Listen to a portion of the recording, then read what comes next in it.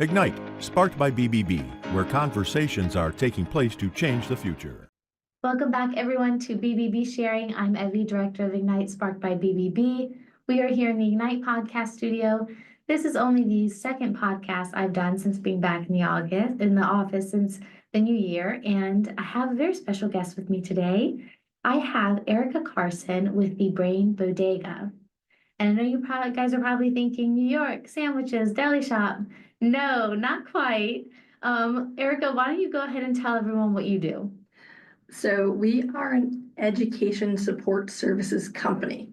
So, and you are right in referring to New York. I am originally from New York. Okay, so hence the bodega and the Latin roots, and bodegas have everything. Oh, that's crazy. So I'm Greek, so I get it. Yeah, so we are an everything education services company, really. Perfect. Is what we do. I love that. So a lot of what we do is supporting pediatric oncology patients. It's not limited to that, but that is where our kind of our niche is in providing education services for them. Okay, cool. So when you say that you provide pediatric oncology, what exactly is that? So for those that don't know, when they would come see you, what is a specific reason they would come to you? Yeah, so all of our services are online. We are 100% online education support services, and that actually works really well. So pediatric oncology refers to children who are in or post-treatment from cancer. It also includes sickle cell children in a lot of cases, and they don't always have the ability to access education support because of time, health issues, like in-person tutoring. They'll get sick, and we kind of step in there to fill in the gaps. Like they miss a lot of school, or they have latent effects from their treatments. And unfortunately, there's been so much focus on just getting the kids to survive, right? And which is awesome. I mean, I tell everyone I'm an OG. I finished chemotherapy in 1992. I'm a childhood cancer survivor myself. Congratulations. Thank you. But I do have chemo brain and ADHD because of it. And these kids are kind of going through the same thing. And there's not a big understanding in the education world about that. So it's coming from experience. Really, it's my sister and myself running the company. And then we have a team of academic mentors who they're vetted for their expertise. So it's not just volunteers. And that's kind of when people are like, well, why are you a business, not a nonprofit? It's because as a nonprofit, you guys know, your focus has to be in other places. And we really want it to be on the kids and their education needs.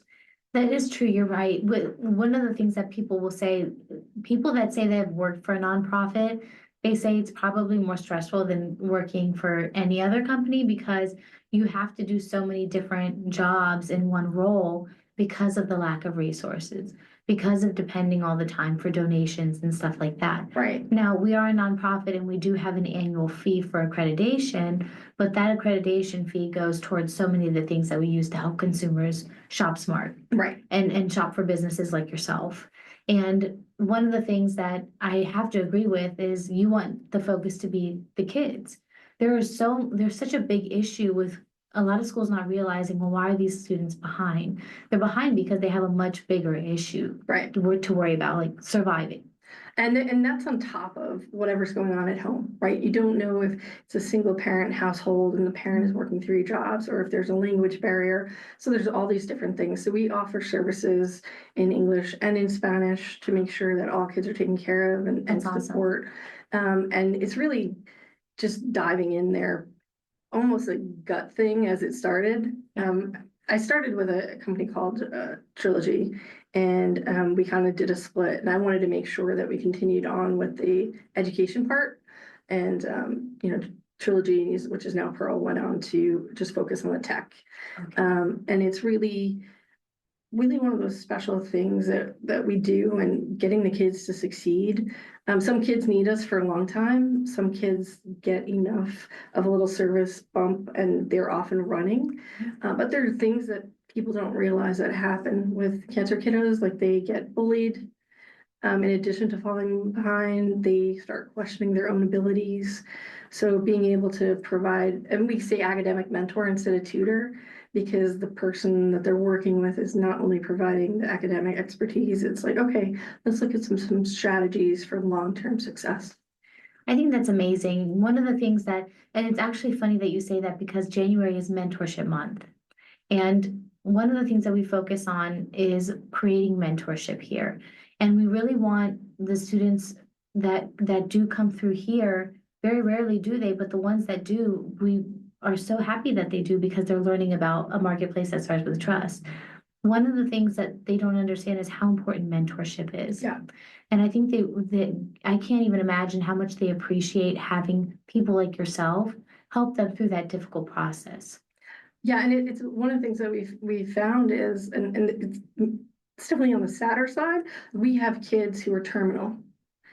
And they still want to work with their mentors until Wow. they don't, because for them, we create this sense of normalcy and they're able to continue on with that. So we have, like I said, we have families that have been with us for a long time, and there's that, and like we have a student at Harvard right now. You know, he had a brain tumor, and he's gone on to do amazing things in Wow. college. So it's really like legacy. Yeah. Right. And I know people are like, well, if you're for profit, then it's no, it's really like it's operation wise is Yeah. why we do it this way. Yeah. And the thing is, what people don't understand is you have to be able to access those resources in some way. And it's funny because I was actually talking to a doula. That was my first podcast coming back into the office. And she was saying how, I am for profit, but there are things that these mothers that have just given birth don't have access to and can't provide for themselves, like diapers and baby formula and stuff like that. Right. And so I think that that's what people don't realize, that there's just because someone's operating for profit doesn't mean that they're not doing something for a very, very good cause. Yeah, and the way we operate is a lot like a not-profit. So we have our direct clients, right? And that'll come to us. And then we have our partner programs, which are nonprofits that hire us to take care of the education support services component. So we partner with them to provide their services or extend their arm, like what their reach is. I mean, we started with the Ask Foundation here in Richmond, and now they are statewide. I mean, they're all throughout the Commonwealth, and we're able to work with kids throughout Virginia. I mean, we also have partners outside of Virginia, but our goal is let's go nationwide and help these kids. I think that's awesome what you guys do and how you help the kids. Said you have a kid that's in Harvard right now, but what is one of the stories that you always tell people that kind of helps light the light bulb over their heads? It's hard. It's really hard because when you're so focused on your kid just surviving, understanding the value in providing this education support and that normalcy. I think the biggest success story is those families. And it's not just the kids that come to us and say, like, you've made such a big difference for my kid, or my kid now feels confident going to school. We hear that time and time again. It's sometimes hard for us to toot our own horn because we're focusing on other things. But yeah, time after time, we're hearing things, and like going back to what I was saying with the kids who are technically in a hospice, those parents that coming back and thanking us like, hey, you don't understand how much it meant for my child. So those are special moments, and it's the connection goes far beyond just, hey, we're teaching you how to do math or English. So.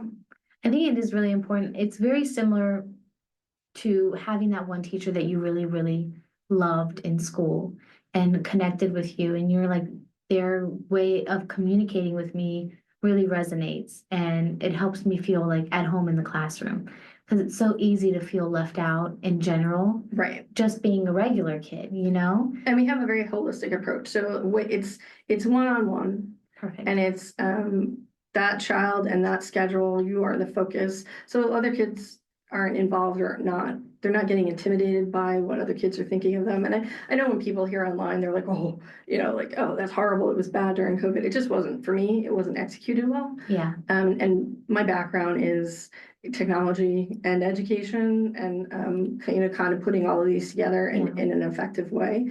So I've really tried to do a good job with my team of let's look at this as a different medium. It's not in person, it's online, but it doesn't mean that there isn't a lot of value in what we can bring to these kids.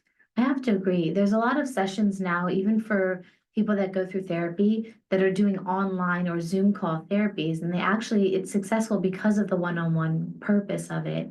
And I do have to agree with you that when COVID happened and they started going online with schools, it wasn't executed well. At the time, I worked for a company where we built charter schools in low-income neighborhoods across the U.S., and we had a problem with enrollment, not getting kids enrolled, but actually keeping them engaged in their classrooms. Right. And I think that was because it was on the education side very poorly done and not being able to keep them engaged. Yeah. And I think if you do things, I don't want to say the right way because my way isn't the only way, but if you put a little bit more thought into it, I know there are some organizations that they have volunteers who are working with students, but one of the things that we have found with volunteers is they may not have the expertise or the commitment, and we want to make sure that whoever we bring on, they're committed to the students. And we also just really try to understand a lot of the students that we bring on to teach are college students or graduate students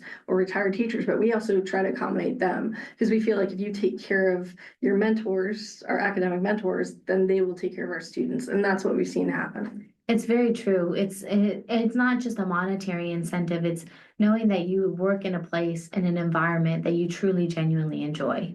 Barry says all the time, the CEO, he's like, you're not going to leave me, are you? And I'm like, where am I going to find it better than anywhere else? I'm not going to leave you. Even though I work for a nonprofit, I actually really enjoy what I do.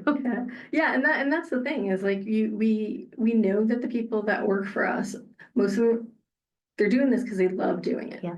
And we put them through a really strong vetting process to make sure that that's why they're doing it. Mm-hmm. I don't care how smart you are. If you're not going to be good with the kids, you're not going to work for us.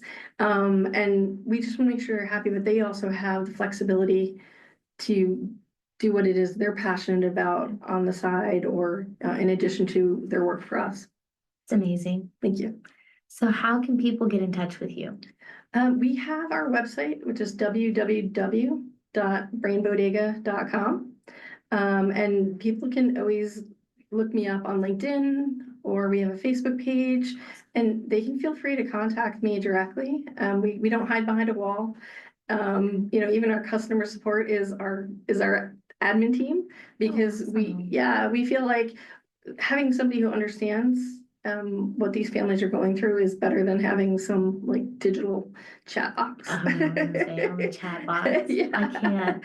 Well, because when you're running home to make sure that your kid is online, you're already halfway there. We have to meet you. Yeah. And that's kind of the important thing. We do offer services 24/7.